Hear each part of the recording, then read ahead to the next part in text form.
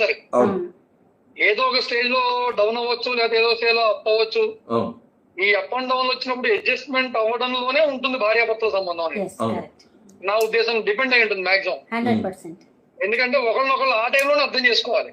కానీ ఒక ఆశ్చర్యకరమైన విషయం ఏంటంటే అసలు ఇప్పుడు నేను చెప్తున్నా కదా, నేను మాట్లాడిన చాలా మంది ఈవెన్ మా ఫ్యామిలీలోనే కావచ్చు, నేను అనుకుంటున్నా, నేను మాట్లాడిన చాలా మంది చెప్పేది ఏంటంటే కొట్లాడుకుంటారు, కాకపోతే అది ఒక్కొక్కప్పుడు అంత సిల్లీ విషయానికి కొట్లాడుకోవడం అవుతుంది. అంటే ఇడ్లీ ఉడకలేదనో, వడ మాడిందనో, కూర వేగలేదనో, ఉప్పు తక్కువైందనో భార్యాభర్తలకు అయితే ఎక్కువగా దాంట్లోనే వస్తుంటాయి. ఇప్పుడు ఏదో కారణం కావాలి కదా కొట్టుకోవడానికి, ఏదో కొట్టుకోవడానికో తిట్టుకోవడానికో లేదా మన ఫ్రస్ట్రేషన్ చూపించుకోవడానికి ఏదో కారణం కావాలి. మేబీ ఏంటంటే అక్కడ వేరే పాయింట్ ఉంటుంది, కానీ అది కనుమరుగైపోతుంది కదా. దాన్ని డౌన్ చేసి దీన్ని అప్పు చేయడం కోసం, ఏదో చేయడం కోసం అయినా మనం ఏదో ఒకటి ప్రవర్తిస్తాం. భార్య గారి భర్తగా ఎవరో ఒకళ్ళు ఇద్దరులో అది కామన్. అది ఏ ఫ్యామిలీలోనే కామన్ అయితే.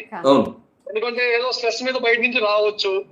కొట్టేయడానికి ఇప్పుడు జనరల్ గా నా ఒపీనియన్ ఎట్లా ఉంటుందంటే, నేను సపోజ్ ఏదన్నా నన్ను ఏది అడగకూడదు. అంటే ఓపెన్ చెప్తున్నాను, ఓపెన్ టాక్ కాబట్టి ఓపెన్ చెప్తున్నాను. దీన్ని ఏం చేయాలి అని అడగకూడదు.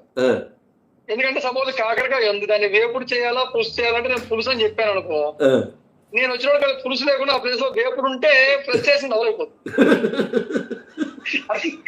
అది నేను అనేది మొదటి నుంచి చెప్పేది ఏంటంటే, ఇప్పుడు నన్ను ఏది అడగద్దు. ఎందుకంటే నువ్వు ఏది చేసి పెట్టినా తింటాను. నేను ఏది చేసినా బాగా చేస్తావు కదా.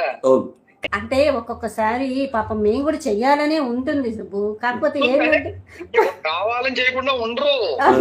అవుతుంది ఏంటంటే అది మైండ్ లో ఫిక్స్ అయిపోతుంది కదా. ఆ ప్రాబ్లం ఏంటంటే అప్పుడు మనం కాదు, మనలో ఉన్న కోరిక బయటకు వస్తుంది. మనలో ఉన్న ఆత్మారావుడు అంటారు కదా, కోరికుంటాడు. అంటే కొట్లాడాలని కోరిక బయటకు వస్తుంది.